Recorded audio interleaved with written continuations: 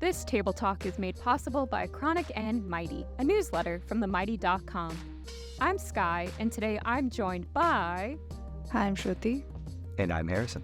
And today we're talking about one of my favorite topics to discuss, but also one of the most aggravating. That would be finances and health.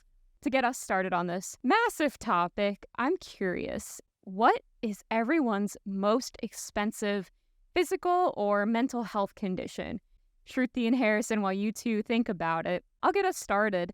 And it seems maybe like a non-traditional answer, but my gut tells me my bipolar 2 disorder is my most expensive health condition because spending during a hypomanic phase that's one of the key features of a hypomanic phase for me, and was also a big indicator for my providers when it came to diagnosis once I actually opened up about overspending and everything like that. Don't get me wrong, Ehlers-Danlos syndrome is super expensive. I've had so many procedures done. My gut tells me if I look back at credit card statements, bipolar is probably my more expensive condition. Shruti, how about you? I gotta go with you. My mental health condition seems to be the most expensive one. Like whenever I feel depressed and I'm in that extreme lows, I go on Amazon and I shop all night, all morning.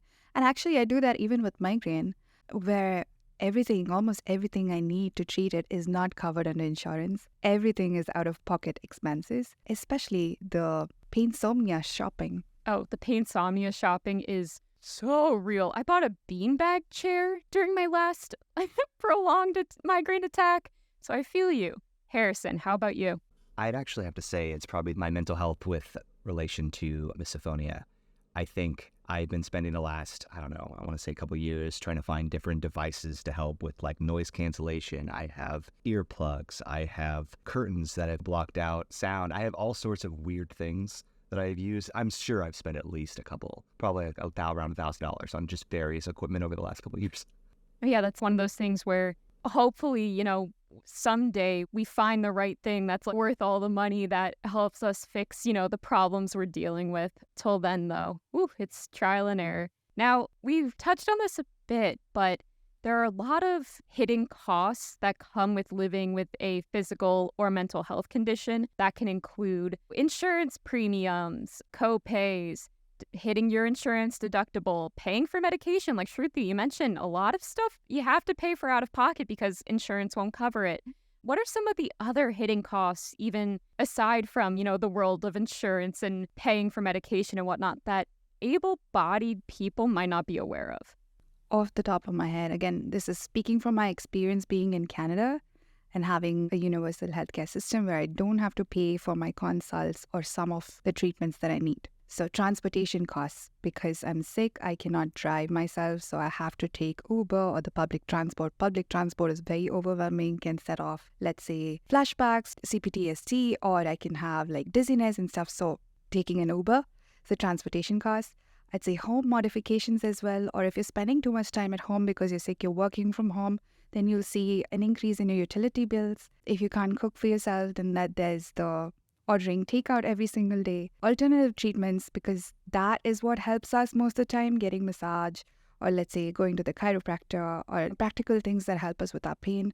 Childcare, pet care when you need it because it's really overwhelming to do this all by yourself. Non-prescription medication, especially when it comes to supplements. They say take supplements, but nobody covers them and we have to pay for it, and it's very expensive in most places. I'd also say everything is premium when it comes to healthcare. Even when you talk about getting a ramp, your apartment does not have a ramp and you have to get it installed and you have to pitch in sometimes. And special clothing, if tags annoy me when I have allodynia, getting sustainable fabric and things like that, nobody really thinks, but this really adds to the cost. And like Harrison mentioned, finding products to help you keep your symptoms in control or manage your condition. You brought up so many amazing points, but yeah, having to pay for your own accommodations, whether you pay for your own mobility devices, like I had to pay for my own cane, and then if that breaks, I'm on the hook again. I ended up paying out of pocket for like acupuncture, and that helped so much, but I can't afford to go back right now, and I probably won't be able to for a long time. Harrison, what are some of the hidden costs that you found? I mean, Shruti did a great job at covering the majority of them. First of all, prescription costs for sure.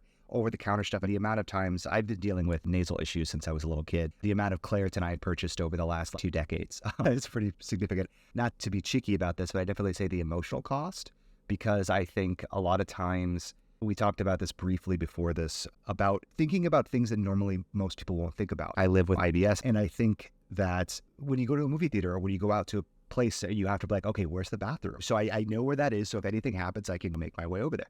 And it's these little emotional costs that I think kind of tack in that the average person that's not dealing with this day in and day out just doesn't recognize, I think. Yes, there are the material costs of this, the material hidden costs that we've talked about. But yes, exactly, like the emotional cost, the mental cost, the physical costs. There's such a high rate of burnout just from being a patient. I know I go through cycles personally where I'm not functioning well because I'm so sick and tired of being sick and tired. And so that affects my work, that affects my ability to make money, to be able to afford food and medicine and pay my insurance premiums. If you don't have a job, you have to navigate in the US, speaking from this perspective, different government assistance programs, and those are not accessible applications in any way whatsoever. People have to end up finding a lawyer, and that people don't have spoons for that. That's not a helpful way to navigate, not a helpful system. But yeah, and then also the time. It takes so much time to take care of ourselves. And like you said, Harrison, that's something we have to consider constantly. Like, I can't think of the last time I went to a place and wasn't aware of where the bathroom is in case I have to vomit, frankly. Blows my mind that other people don't have to think about that. It's really painful living like this.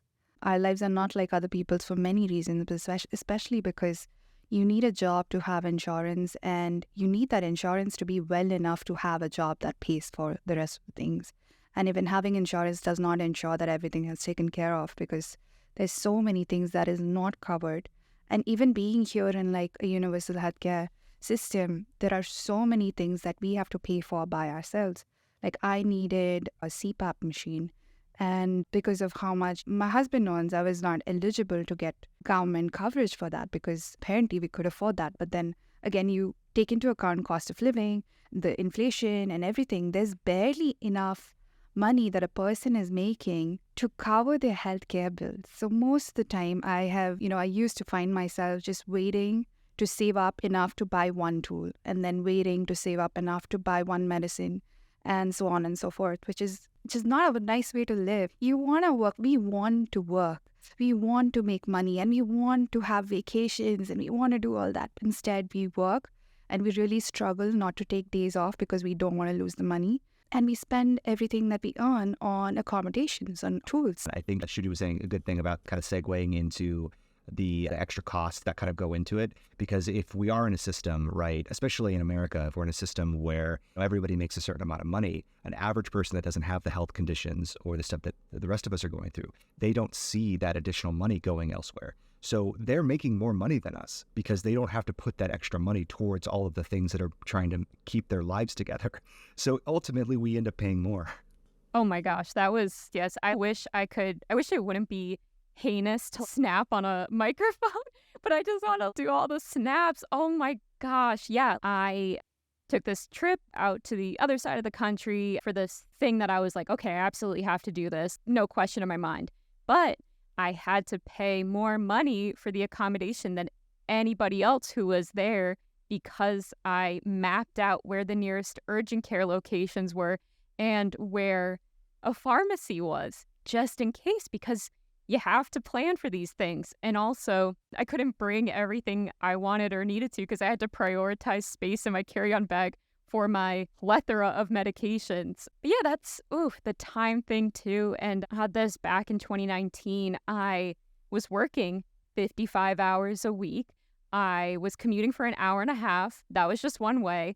And I was on SNAP, so I was receiving benefits. Because of the lack of money and time and energy And even though I kept getting injured on the job as before I was diagnosed with EDS, I couldn't afford to go to any providers in terms of time or mental capacity or money. Like my entire SNAP budget went to foods that were maybe safe for my gastroparesis that also wasn't diagnosed then. And yeah, just where our priorities, like you both were saying, it's just so different. And now I'm getting verklempt just thinking about how, oh yeah, like when I was in that job, people didn't have to prioritize their money that way. Like people were still going out on the weekends and I was at home just sleeping and trying to recover for the next 55-hour week.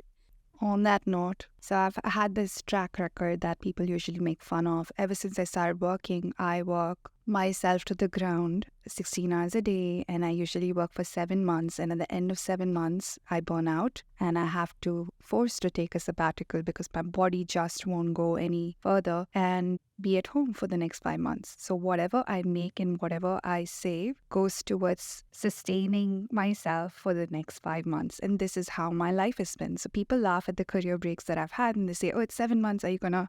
This is reality. You work so that you can sustain yourself for the time that you can't. You work so that you pay those bills that other people don't have. You work so you can just be functional and someday get back and do it all over again. And it's a really terrible place to be. And it's also the food.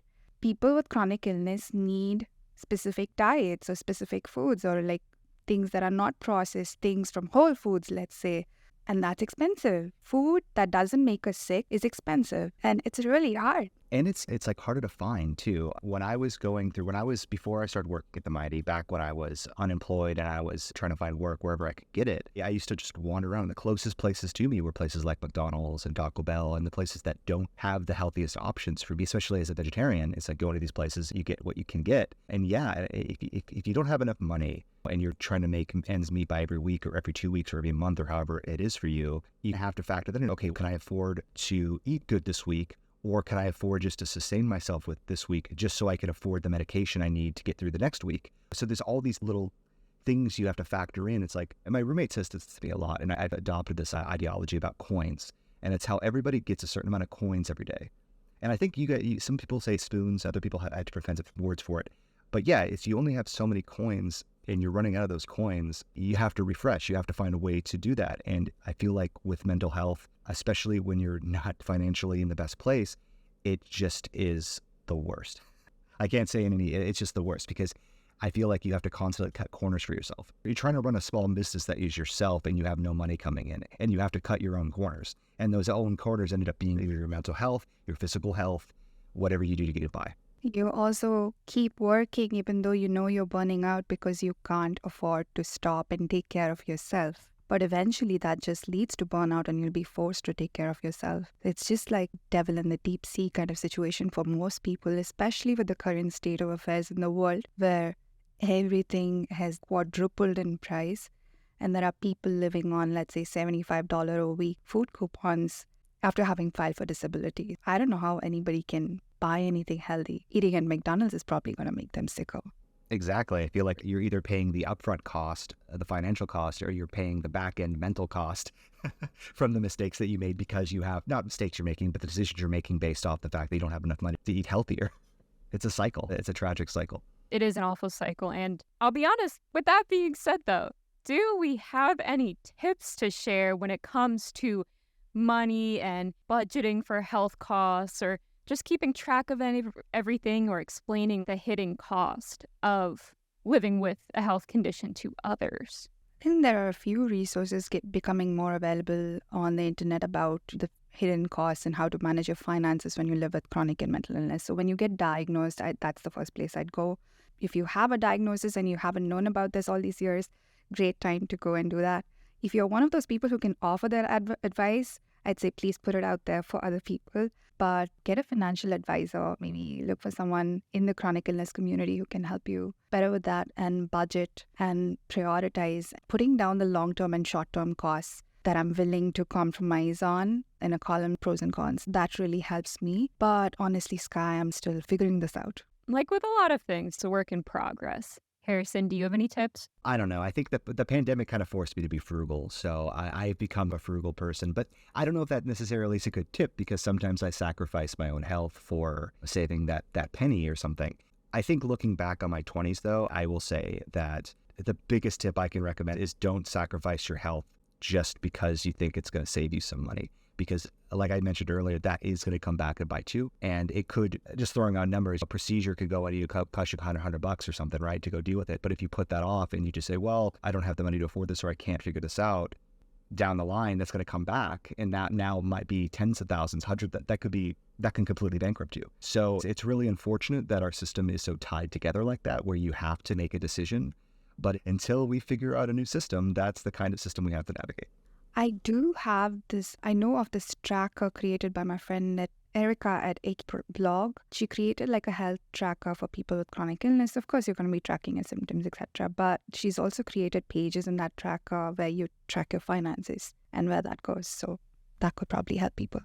That is a great tip. Building on that, yeah, absolutely try to track things. It's been a slow process trying to unlearn a lot of my emotional spending tendencies and try to learn healthier coping mechanisms, or really just largely it's come with addressing my bipolar 2 symptoms that I hadn't wanted to address in the past. But keeping track of all my purchases that's been really helpful, and also trying to learn what spending money on, what brings me joy to spend money on. I enjoy buying nice groceries that don't make my stomach hurt immediately. So that's something I'm going to prioritize. Financial trauma is so real. Like Harrison said, it's good if you can to address things once they start. Back in 2019, I spent so much money on urgent care and ER visits because all of a sudden what I thought was an acute issue just built until it had to be dealt with. It's not fun trying to deal with a slipped rib on your own for a month before it finally gets so bad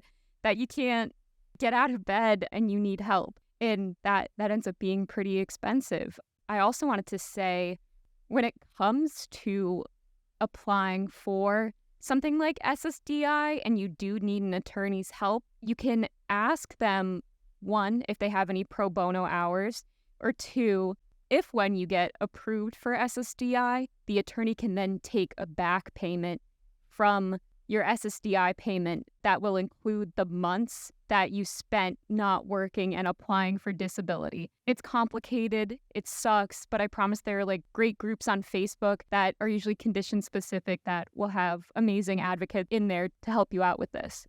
Also, not a financial tip as such, but take care of yourself, prioritize yourself, go to the doctor when that pain starts, don't put it off. Take a day off if you need to, if your body is telling you not to go to work. Don't work yourself to the ground. I know we all have this sense to prove ourselves, to make sure that they don't see our illness and that it remains hidden, but that can really cost us. So take the time to take care of yourself, and it's okay to lose out today so you don't lose out 10 years from now. I literally mean 10 whole years. Shruti, I could not have said it better myself. And thank you, Harrison and Shruti, for being here and sharing your wisdom. And thank you to everyone out there for listening. If you want more conversations like this, please subscribe to Chronic and Mighty by going to bit.ly/SpoonieInbox. That is bit.ly/SPONIEINBOX. We'll see you in your inbox. Bye-bye. Goodbye. Money is coming, you all.